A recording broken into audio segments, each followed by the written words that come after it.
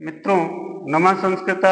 इसके पूर्व के वीडियो में मैंने आपसे स्वर संधि के बारे में और उसके उदाहरणों के बारे में चर्चा किया था और आपको यह निर्देशित भी किया था कि आप उन संधियों से संबंधित उदाहरणों को अपनी किताबों से अभ्यास करने का प्रयास करिएगा। शायद आप अभ्यास किए भी होंगे और कर भी रहे होंगे।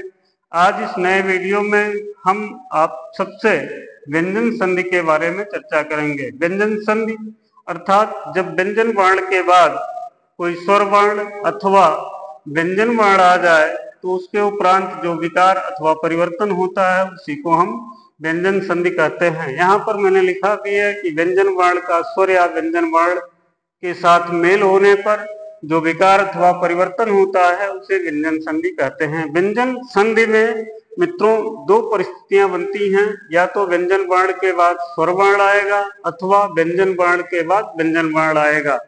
यदि व्यंजन के बाद स्वर वर्ण आता है तो उसका उदाहरण जैसे जगत धनीश बराबर जगदीश है। यहाँ तकार का परिवर्तन होकर के दकार हो गया है और जगदीश बन गया है, यानी व्यंजन का परिवर्तन होकर के व्यंजन का होना, ये एक परिवर्तन है, तो व्यंजन संधि यहाँ पर हो गई। इसी प्रकार से व्यंजन वर्ण के बाद जब व्यंजन वर्ण आएगा तो यहाँ उदाहरण मैंने लिखा है जगत धन जननी, और द का परिवर्तन जय के रूप में होकर के बन गया जगत जननी।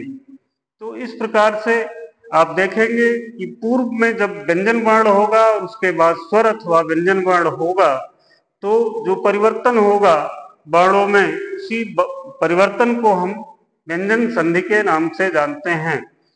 मित्रों, पूर्व में व्यंजन वर्ण होगा तो आप ये जान जाइएगा कि यहाँ पर व्यंजन संधि है और उसके बाद स्वर आ सकता है अथवा व्यंजन आ सकता है। ये दो परिस्थितियां बन सकती हैं। अब व्यंजन संधि के हम प्रकारों की चर्चा कर लें तो व्यंजन संधि के 8 भेद होते हैं, यानी 8 प्रकार होते हैं। पहला होता है अस्तित्व संधि, दूसरा होता है अष्टुत्व संधि, तीसरा होता है जसत्व संधि। जसत्व संधि के भी 2 प्रकार होते हैं, पहला होता है पदांत जसत्व और दूसरा अपदांत जसत्व। चौथा प्रकार जो व्यंजन संधि का होता है वह चर्तु संधि, पांचवा प्रकार अनुस्वार संधि, छठा तोर्ल संधि, सातवां परसवर्ण संधि और आठवां अनुनासिक संधि होता है।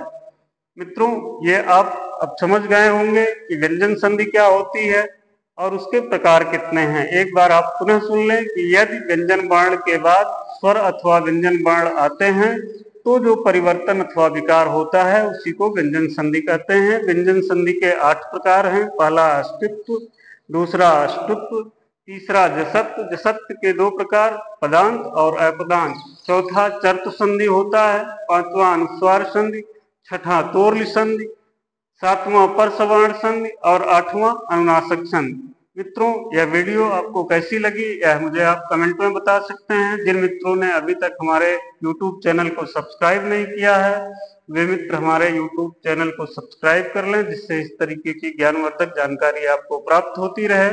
इसके आगे के वीडियो में हम अस्तित्व और अष्टुत्व संधि के बारे में आपसे चर्चा करेंगे।